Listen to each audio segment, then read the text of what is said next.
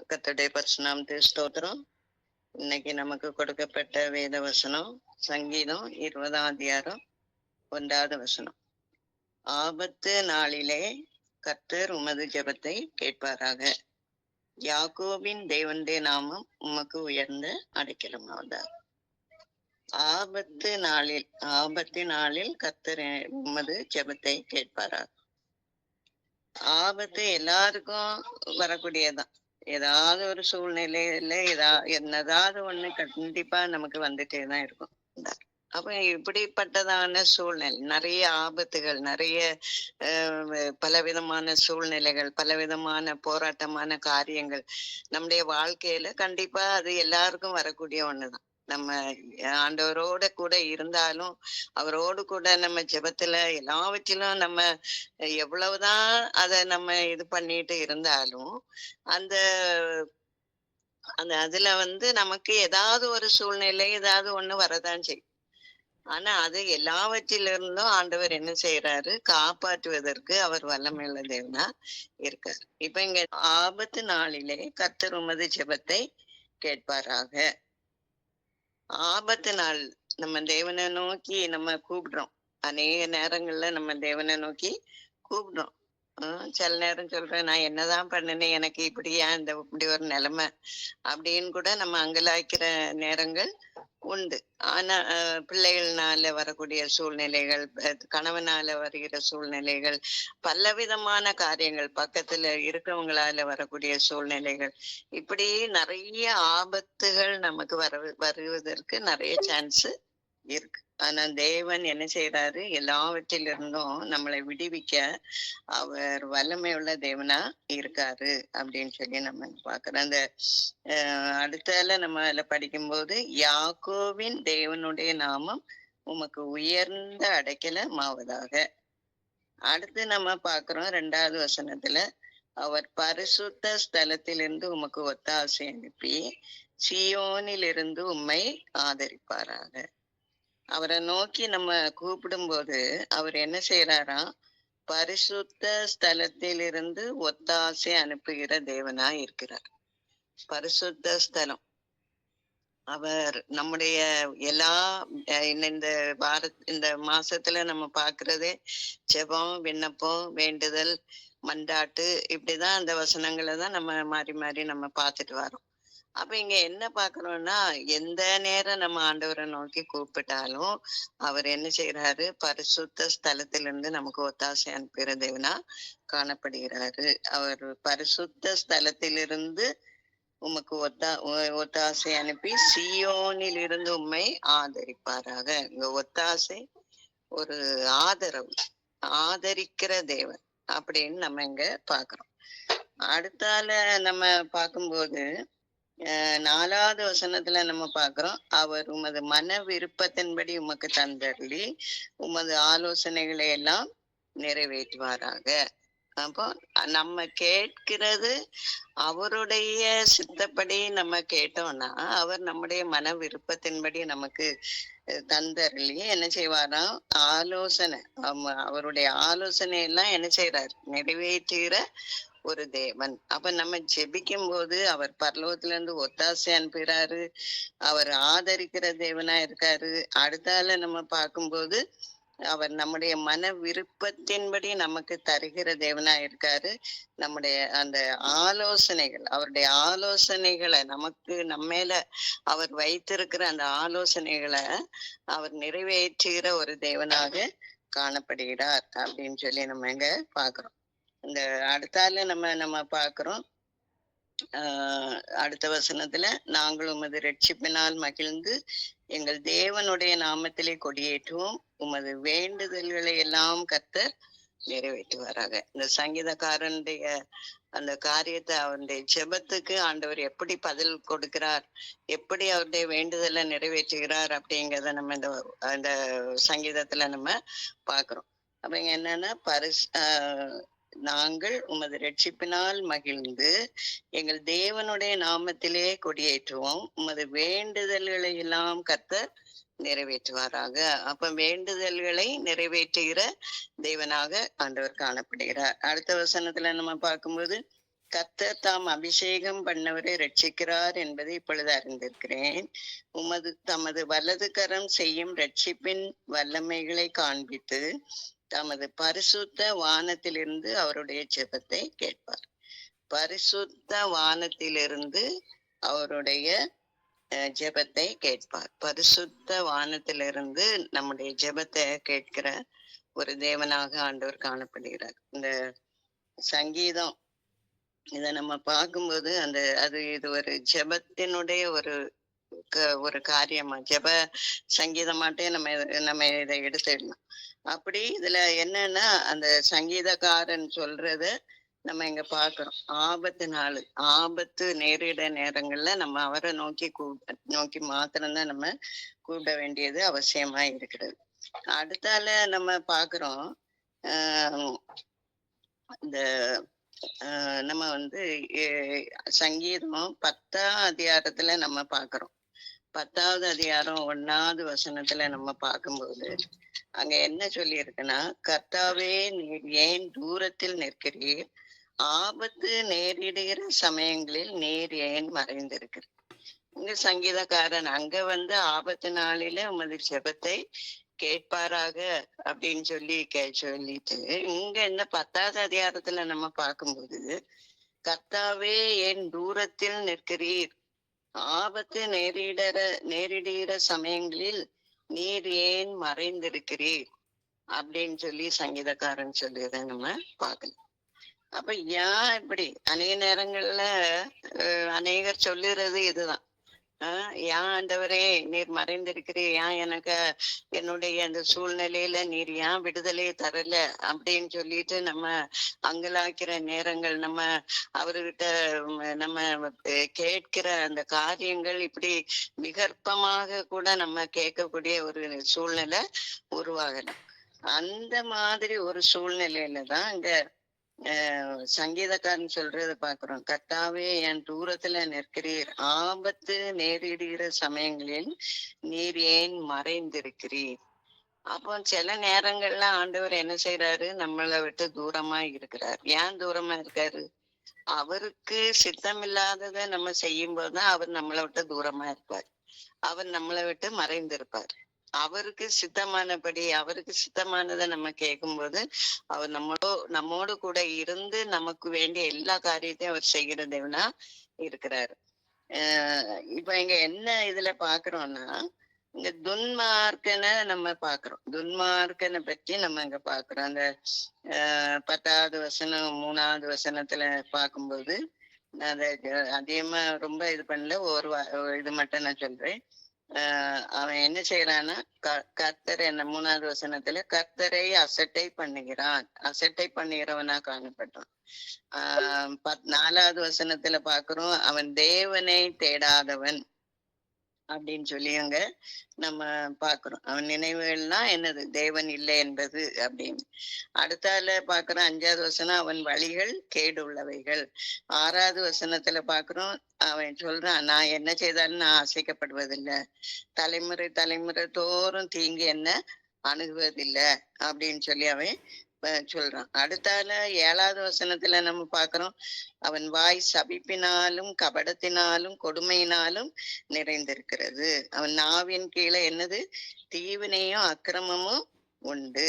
அடுத்தது 8வது வசனத்துல நம்ம பாக்குறோம், குற்றம் மற்றவனை அவன் என்ன செய்யறானோ கொல்லுகிறான் அப்படின்னு சொல்லி நம்ம இங்க பாக்குறோம். 8வது வசனத்துல 10ஆம் அதிகாரம் 8வது வசனத்துல நம்ம பார்க்கும்போது, குற்றமற்றவன், அதாவது கிராமங்களின் ஒளிப்பிடங்களிலே பதிவிருந்து மறைவிடங்களிலே குற்றமற்றவனை கொல்லுகிறான், திக்கற்றவர்களை பிடிக்க அவன் கண்கள் என்ன செய்யுது, நோக்கி கொண்டு இருக்கிறது அப்படின்னு சொல்லி நம்ம அங்க பாக்குறோம். அடுத்தால பாக்குறோம் 9வது வசனம், ஏழையை தன் வலைக்குள் இழுத்து பிடித்து கொள்கிறான். அடுத்தது 10வது வசனத்துல பாக்குறோம், திக்கற்றவர்கள் பலவான் கையில் விழும்படிக்கு அவன் பதுங்கி கிடக்கிறான் அப்படின்னு சொல்லி பாக்குறோம். 10, 11ல நம்ம பாக்குறோம், தேவன் அதை மறந்தார். நம்முடைய முகத்தை மறைத்து ஒடுக்காமலும் அதை ஒரு காலம் அதை காண மாட்டார் என்றும் தன் இருதயத்தில் சொல்லிக் கொள்கிறான். ஆண்டவர் என்ன பார்க்க மாட்டாரு. எனக்கு நான் எது பண்ணாலும் அத கர்த்தர் பார்க்க மாட்டாரு. அதெல்லாம் அவர் மறந்துருவாரு. தலைமுறை தோறும் தலைமுறை தோறும் நான் செய்தாலும் அதெல்லாம் ஒண்ணுமே அவர் காண மாட்டாரு. அப்படின்னு சொல்லி அவன் என்ன செய்யறான் துன்மார்க்கன், அவன் துணிந்து அவன் செய்ய வேண்டிய எல்லா பாவங்களையும், எல்லா அக்கிரமங்களையும், மற்றவங்களுக்கு செய்யக்கூடிய எல்லா தொல்லைகளையும் கொடுத்து கொண்டு இருக்கிறான் அப்படின்னு சொல்லி நம்ம பார்க்கிறோம். இன்னைக்கு நம்ம நினைக்கிறோம், அவங்க எல்லாம் ஆண்டவரை தேடாதவங்க எல்லாம் இவ்வளவு வசதியா இவ்வளவு இதா இருக்காங்களே, பெரிய வீடை கட்டி நல்ல காரு அது பங்களான்னு போட்டு இருக்காங்களே, அவங்களுக்கெல்லாம் ஒரு இதுவும் இல்லையே, அவங்க நல்லாதானே இருக்காங்க அப்படின்னு நம்ம நினைக்கலாம்.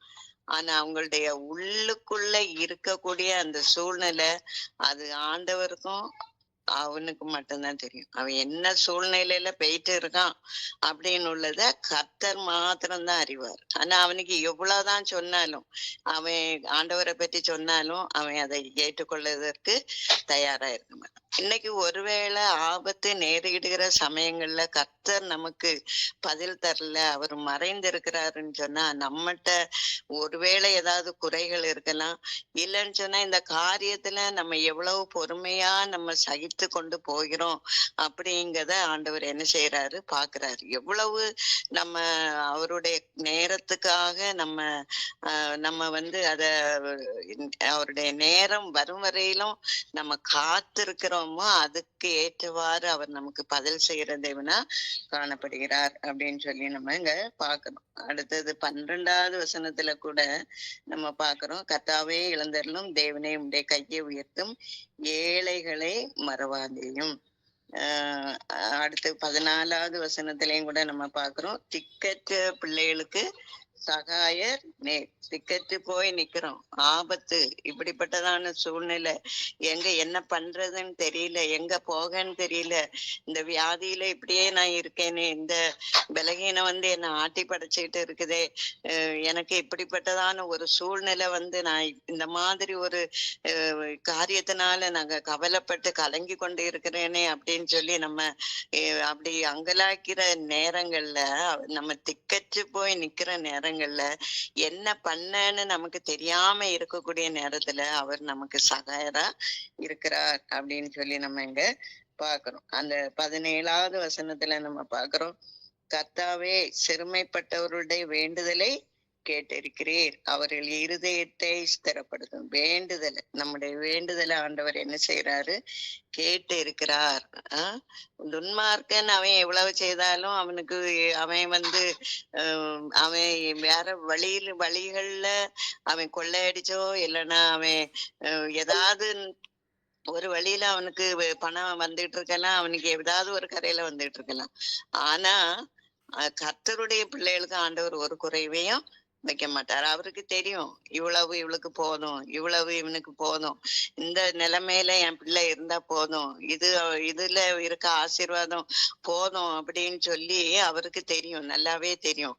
அதனாலதான் இந்த ஆசீர்வாதத்தை இதோட முடித்து ஒருவேளை நம்முடைய ஜெபங்களுக்கு பதில் வர தாமதிக்கிறது ஒருவேளை அதனால கூட இருக்கலாம்.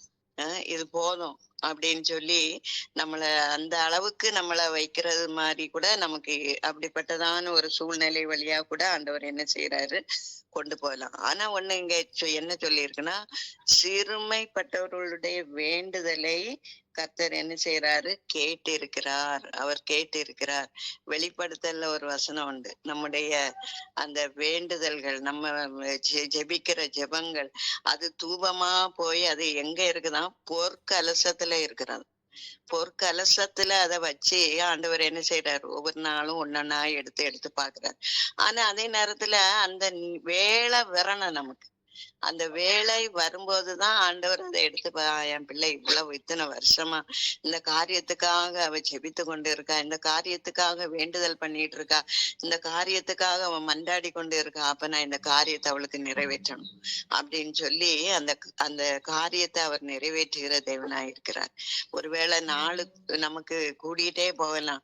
ஐயோ, நான் பிரயாசப்படுறேன், எவ்வளவோ நான் ஜெபிக்கிறேன், எவ்வளவோ நான் மன்றாடிட்டு இருக்கேனே, எனக்கு இந்த ஒரு சூழ்நிலையில இருந்து எனக்கு ஒரு விடுதலை இல்லையா அப்படின்னு நம்ம கலங்கும் போது கர்த்தர் என்ன செய்யறாரு, அந்த அந்த நம்முடைய ஜெப விண்ணப்பம் அவருடைய சமூகத்துல இருக்கத அவர் பார்த்து அவருடைய வேலை வரும் வரையிலும் நம்ம காத்திருக்க வேண்டியது அவசியமா இருக்கு அப்படின்னு சொல்லி நம்ம அங்க பாக்கணும். அடுத்தால நம்ம பார்க்கும்போது இன்னும் 1-2 வசனங்களை பார்த்து நம்ம முடிக்கலாம்.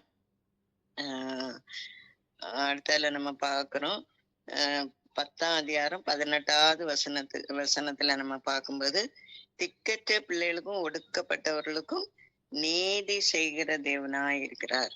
அவர் என்ன செய்யறாரு, நீதி செய்கிற தேவனாக காணப்படுகிறார் அப்படின்னு சொல்லி நம்ம அங்க பார்க்கலாம். அடுத்தால நெருக்கப்படுகிற காலங்களில் அவரே தஞ்சமானவர் அப்படின்னு சொல்லி நம்ம பார்க்கணும். அடுத்தால அதுக்கு பிறகு நம்ம பார்க்கும்போது சங்கீதம் 9ஆம் அதிகாரம் 10வது வசனத்துல நம்ம பார்க்கிறோம். 9ஆம் அதிகாரம் 10வது வசனம், சிறுமைப்பட்டவனுக்கு கர்த்தர் அடைக்கலமானவர், நெருக்கப்படுகிற காலங்களில் அவரே தஞ்சமானவர். சிறுமைப்பட்டு நம்ம நெருக்கப்படுகிற நேரங்கள்ல அவர் எப்படிப்பட்டவரா இருக்கிறாரு, அடைக்கலமானவராக தஞ்சமானவராக அவர் காணப்படுகிறார். நேற்றுக்கு நம்ம அழகா கேட்டோம், எப்படி நம்ம ஜெபிக்கணும், என்ன காரியத்துக்காக எப்படி நம்ம ஜெபிக்கணும் மற்றவங்களுக்காக அப்படின்னு சொல்லி நம்ம கேட்டோம். ஆனா இன்னைக்கு நான் திருப்பி நான் இது பண்ணும்போது எனக்கு இந்த வார்த்தைகளை ஆண்டவர் தந்தாரு, அதனால உங்கள் மத்தியில நான் சொல்றேன். இங்க பாக்குறோம், சிறுமைப்பட்டவனுக்கு கர்த்தர் என்ன செய்த எப்படிப்பட்டவரா இருக்கிறாரு, அடைக்கலமானவர், நெருக்கப்படுகிற காலங்கள்ல அவரே தஞ்சமானவர் அப்படின்னு சொல்லி நம்ம இங்க பாக்குறோம். அடுத்தால நம்ம பாக்குறோம் 10வது வசனத்துல நம்ம பாக்குறோம், கர்த்தாவே உம்மை தேடுகிறவர்களை நீர் கைவிடுகிறதில்லை. நீர் 9ஆம் அதிகாரம் 10வது வசனம், உம்மை தேடுகிறவர்களை நீர் கைவிடுகிறதில்லை அப்படின்னு சொல்லி நம்ம இங்க பாக்குறோம். அடுத்தால நம்ம பார்க்கும்போது 12வது வசனத்துல, சிறுமைப்பட்டவருடைய கூப்பிடுதலை மறவார். நம்ம கூப்பிடும் போது மறவாத தேவன், நம்மை மறக்கக்கூடிய தேவன் அவரு கிடையாது. நம்முடைய எல்லா காரியங்களும் நம்ம ஆண்டவர் என்ன செய்யறாரு, அவரை நோக்கி கூப்பிடும் போது, அவரிடத்துல நம்ம மண்டியிட்டு நம்ம அவரை நோக்கி பார்த்து ஜெபிக்கும் போது, நம்முடைய விண்ணப்பங்களை வைக்கும் போது கர்த்தர் என்ன செய்யறாரு, நம்மை மறவாத தேவன். அவர் ஏற்ற காலத்துல ஆண்டவர் அதை என்ன செய்யறாரு, நிறைவேற்றுகிற தேவனா காணப்படுகிறார். அடுத்தால நம்ம இன்னும் 2 வசனம் பார்க்கலாம். 9ஆம் அதிகாரம் 13-14 அந்த வசனங்களை நம்ம பார்க்கும்போது, மரண வாசல்களிலிருந்து என்னை தூக்கி விடுகிற கர்த்தாவே, நான் உம்முடைய துதிகளை எல்லாம் சீயோன் குமாரத்தின் வாசல்களில் விவரித்து உம்முடைய ரட்சிப்பினால் களி கூறும்படிக்கு தேவரீர் எனக்கு இறங்கி என்னை பயக்கிறவர்களால் எனக்கு வரும் துன்பத்தை நோக்கி பாரும். மரண வாசல்களில் இருந்து தூக்கி விடுகிற கர்த்தர்ன்னு சொல்லி நம்ம அங்க பாக்குறோம். அவரு நமக்கு இரக்கம் செய்யற தேவன். அவருடைய ரட்சிப்பினால நம்ம களி கூறும்படியாக நமக்கு அப்படிப்பட்டதான ஒரு சந்தோஷத்தை, சமாதானத்தை ஆண்டவர் நமக்கு தந்திருக்காரு. துன்மார்க்கனுக்கு அந்த சந்தோஷம் சமாதானம் இல்லை. எல்லாம் இருக்கும், எல்லாமே நல்ல செழிப்பா இருக்கும், ஆனா அவன் நிம்மதியா ஒரு ஒரு பிடி சாப்பாடு கூட சாப்பிட முடியாது. அப்படிப்பட்ட சூழ்நிலையில தான் அவன் காணப்படுவான். இன்னைக்கு நமக்கு ஆண்டவர் தந்திருக்கிற அந்த காரியத்துல கர்த்தர் என்ன செய்யறாரு, நம்ம ரட்சிப்பினால களி கூறும்படியாக கர்த்தர் நமக்கு ஒரு பெரிய ஒரு காரியத்தை ஆண்டவர் நமக்காக அந்த கல்வாரி சிலுவையில செய்து முடித்து விட்டார். அவருக்கு நம்ம 1000 கோடி நன்றி செலுத்தினாலும் அது முடியாது. நம்ம வாய்னால எவ்வளவுதான் அவருக்கு நன்றி செலுத்தினாலும் அது முடியவே முடியாது. அடுத்தால நம்ம இன்னும் 2 வசனம் 9ஆம் அதிகாரம் 18வது வசனத்துல நம்ம பார்க்கிறோம். சிறுமைப்பட்டவர்களுடைய நம்பிக்கை ஒருபோதும் கெட்டு போவதில்லை. ஒருபோதும் கெட்டு போவதில்லை. அவர்களுடைய நம்பிக்கை சிறுமைப்பட்டு நம்பிக்கையோடு அவருடைய சமூகத்துல நம்ம காணப்படும் போது அவர் என்ன செய்யறாரு, நம்ம அந்த நம்பிக்கை கெட்டு போவதில்லை. அந்த நம்பிக்கையில அதுல ஒரு விசுவாசம், அதுல ஒரு அப்படிப்பட்ட அந்த தேவன் எனக்கு செய்வார் அப்படிங்கறதான ஒரு தைரியம், அது எல்லாவற்றையும் ஆண்டவர் நமக்கு தந்திருக்கார் அப்படின்னு சொல்லி நம்ம இங்க பாக்குறோம். அடுத்தால இன்னொரு வசனம் பார்ப்போம். சங்கீதம் 50:15. ஆபத்து காலத்தில் என்னை நோக்கி கூப்பிடு, நான் உன்னை விடுவிப்பேன், நீ என்னை மகிமைப்படுத்துவாய். ஆபத்து காலத்துல அவரை நோக்கி கூப்பிடும்போது அவர் என்ன செய்யறாரு, நம்மளை விடுவிக்கிற தேவனாக இருக்கிறார். அப்ப அவர் விடுவிக்கும் போது நம்ம என்ன செய்யறோம், அவரை நம்ம மகிமைப்படுத்துகிறவர்களாக நம்ம காணப்படுவோம் அப்படின்னு சொல்லி எங்க பாக்கிறோம். இந்த சங்கீதம் 107 கூட நம்ம பாக்குறோம். இஸ்ரவேல் ஜனங்களை அந்த வனாந்திரத்துல அவர் வழி நடத்தி வந்த நேரம், அவங்க அந்த ஆபத்து நேரத்துல கர்த்தரை நோக்கி கூப்பிடும்போது அவங்களை விடுவித்தாரு, அவங்களை ரட்சித்தாரு, அவங்களை ரட்சிக்கிற தேவனா இருந்தாரு, அவர்களை தப்பு வைக்கிற தேவனா இருந்தாரு அப்படின்னு சொல்லி நம்ம பாக்குறோம். இப்படியாக கர்த்தர் அந்த நாள்ல நம்மையும் கூட ரட்சிக்கிற தேவனா, தப்புவிக்கிற தேவனா, நம்முடைய எல்லா சூழ்நிலையிலும் இருந்து நம்மை விடுவிக்கிற தேவனாக இருக்கிறார். நம்முடைய எல்லா காரியங்களும், எந்த ஒரு ஆபத்தா இருந்தாலும் சரி, எந்த ஒரு சஞ்சலமாக இருந்தாலும் சரி, எந்த ஒரு காரியமா இருந்தாலும் கர்த்தர் நம்மளை என்ன செய்யறாரு, விடுவிக்கிறார். அவர் நமக்கு நம்முடைய நம்பிக்கைய அத உறுதிப்படுத்துகிற தேவனா நமக்கு காணப்படுகிறார். நம்மளை ஒவ்வொரு நிமிஷமும் வழிநடத்துகிற நல்ல தேவனாக இருந்து நம்மளை பாதுகாத்து வருகிறார். அவருடைய பரிசுநாமத்துக்கு ஸ்தோத்திரம். கர்த்தர் இந்த வார்த்தைகளை ஆசீர்வதிப்பாராக. நம்ம ஒவ்வொருவரும் இந்த வார்த்தைகளின் அடிப்படையில நம்ம ஆராய்ந்து பார்க்க ஆண்டவர் உதவி செய்வாராக. ஆமென்.